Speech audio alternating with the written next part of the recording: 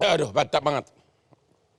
Pak Kusumo, Bapak pernah ditulis mau datang ke DPR? Ya, bukan Mau ngapain datang. itu? Bukan mau datang, dulu saya diundang. Oh, diundang? Bahas pasal yang sama. Udah, Bapak datang? Datang. Terus apa ditanya dan apa jawaban Bapak? Ya, saya fight di sana, saya bilang tidak mungkin, saya bilang gitu. Apalagi kalau kita baru menawarkan. Antara yang menawarkan dan yang ditawarkan biasanya cuma berdua. Loh, yang tahu siapa? Ya. Bahwa terjadi ABCD itu siapa yang tahu? Ya cuma mereka berdua sama Tuhan. Ya.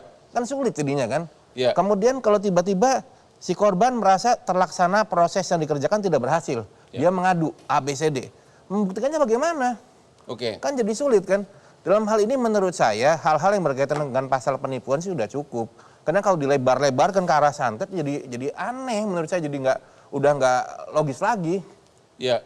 Tapi kan yang dimaksud di sini hanya kalau barang siapa yang menawarkan tidak peduli ada akibatnya. Pokoknya kalau menawarkan bisa menimbulkan kerugian orang, penderitaan, pidana. Itu perlu nggak? Iya begini, jadi kan kalau kita kembali menawarkan, kita cerita di alam nyata nih, dalam nyata. Ya. Kadang-kadang orang bercanda, orang teriak-teriak. Dia teriak-teriak, gue bunuh lu. Belum bunuh, gue santet lu. Belum nyantet. Tiba-tiba orang itu jalan kaki, kena jantung, dia mati. Ya. Terus mau dituduh dia pelakunya kan nggak bisa. Ya. Pertanggungjawabannya kan kalau kita bicara hukum menyangkut nasib seseorang, itu bukan cuma bicara hukum saja, tapi punya pertanggungjawaban antara kita dengan Tuhan. Ya. Nggak biasa sembarangan kan. Kalau kita bicara fitnah apalagi itu luar biasa tuh. Jadi kalau kita mengarahkan lagi pada endingnya nanti adalah pembuktian. Ya. Begitu pasal itu diterapkan, endingnya pembuktian. Dan pembuktiannya itu omong kosong. Artinya menurut Bapak tidak mungkin bisa dibuktikan apakah santet itu menimbulkan akibat kepada orang lain? Sulit sekali, sangat Karena? sulit. Ya seperti tadi saya bilang, nanti akan ada polsustet, polisi masuk ke olah TKP, dia akan bilang, waduh saya lihat itu cahaya hijau dari sana menuju ke sana, wah kuning. Kan persepsi kebatinan, persepsi spiritual, setiap orang juga belum tentu sama. Ya. Nanti polisi satunya bilang, oh menurut saya dari sana Pak, hijau masuk ke sini merah. Wah ini kacau kan. Belum nanti masuk jaksanya bicara lain lagi. Belum hakimnya lain lagi. Dia akan rancu. Bapak sendiri terkenal ahli spiritual. Keahlian Bapak apa sih? Pengobatan, terapi. Pengobatan apa? Jangan-jangan pengobatan santet juga? Iya, pengobatan santet, terapi perawan seumur hidup. Terapi? Perawan seumur hidup. Apa? Perawan seumur hidup. Gimana sih maksudnya perawan seumur hidup? Caranya? Ada caranya. Ya, dengan medis atau dengan doa-doa? Dengan energi namanya. Berapa ribu yang sudah Bapak bikin perawan seumur hidup? Banyak sekali. Oke, itu termasuk santet enggak? Menurut Membuat saya, perawan seumur hidup? Tidak menurut saya, karena Jadi? itu nolong orang ya, orang yang biasanya. Jangan Bapak juga bisa dipidana karena itu janji-janji. Itu janji bohong atau apa? Sama dengan santet dong? Oh enggak, itu bisa dibuktikan. Bisa dibuktikan? Bisa dibuktikan. Pantas Bapak benar-benar fit badannya ya. Bisa nggak dijelaskan secara gamblang santet itu apa sih? Santet itu sebuah energi, jadi energi metafisika, energi alam X yang digunakan untuk menyakiti orang lain. Jadi garis bawahnya adalah menyakiti. Orang sehat tiba-tiba sakit, orang makan tiba-tiba muntah. Hanya dengan energi? Energi X. Dari si pelaku ini? Dari si pengirim. Dari si pengirim? Dari si pengirim. Itu memang eksis, ada? Ada, sebetulnya begini.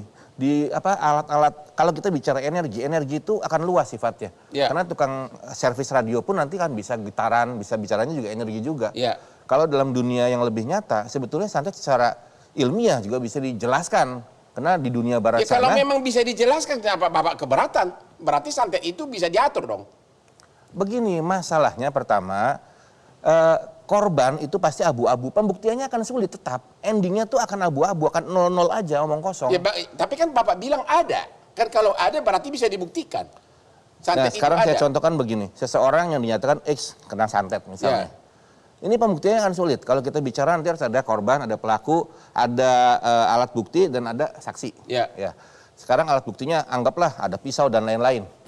Itu alat bukti dari mana juga susah. Tapi kan yang menyatakan orang-orang tertentu yang juga belum tentu bisa dipertanggungjawabkan kredibilitasnya. Oh gitu. Kemudian nanti kita bicara saksi. Saksinya siapa? Kita mau panggil jin, mau panggil genderuwo, kuntilanak suruh jadi saksi. Ya. Jadi alamnya alam antah berantah, sulit. Jadi lebih pada kalau menurut saya, kalau kita bicara hal itu, ya itulah internal yang memang ada di masyarakat di Indonesia. Secara teknis hukum itu sudah sangat nggak nyambung. Gitu. Jadi santet itu memang ada, yaitu kekuatan seseorang untuk mentransfer energi ke orang lain yang menimbulkan penderitaan. Begitu? Penderitaan, betul. Rasa sakit. rasa sakit, penderitaannya, bahkan kematian. Oke. Pak Marsudi, dari segi hukum agama, ada enggak di dalam hukum agama untuk menanggulangi atau mengatasi santet ini? Ya, intinya di dalam agama melarang, mengharamkan Ya, berbuat dosa. Berbuat dosa termasuk tadi berbuat kejahatan. Apa saja. ya, Ya, apa saja. Nah, ketika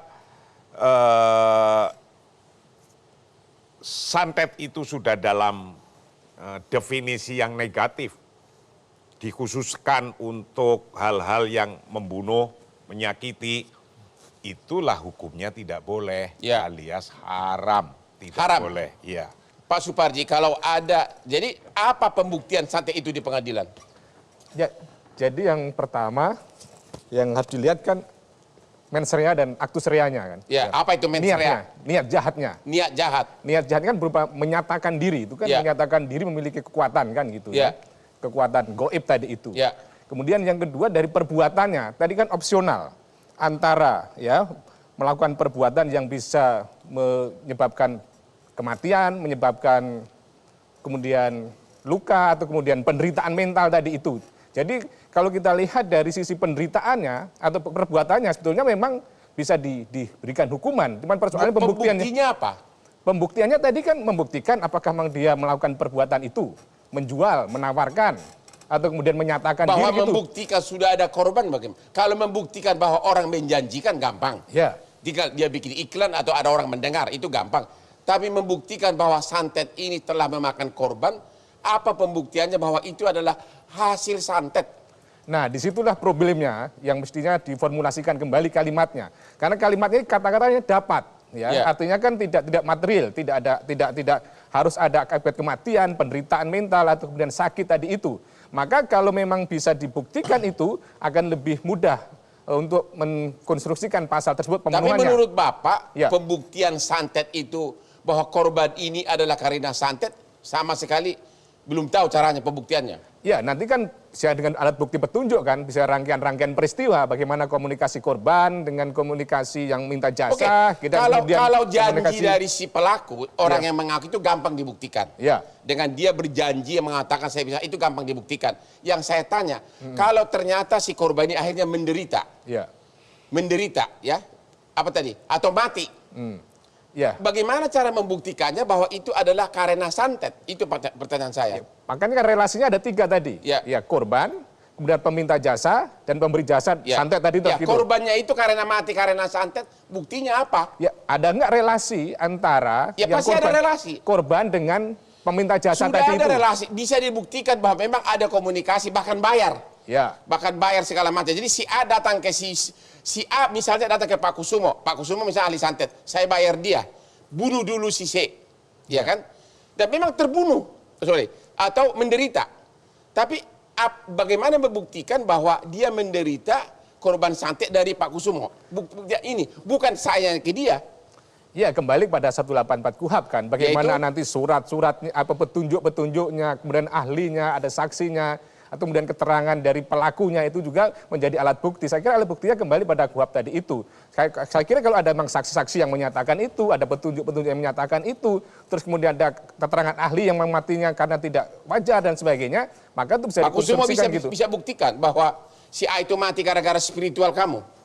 Secara teknis buktinya nggak bisa. Nggak bisa. Jadi kalau kita bicara tadi Bapak katakan korbannya nanti apa? Peminta jasanya. Iya, peminta jasa itu juga putus semuanya, nggak akan saling korelasinya, nggak akan ada. Sekarang kalau misalnya undang-undang itu dibuat, kemudian ternyata prakteknya begitu ternyata dibuat benar-benar terjadi, orang semua yang nama ahli santet nggak ada yang bikin, nggak ada yang tulis, gue bisa santet, gue tahu santet. Lalu untuk apa undang-undang itu dibuat?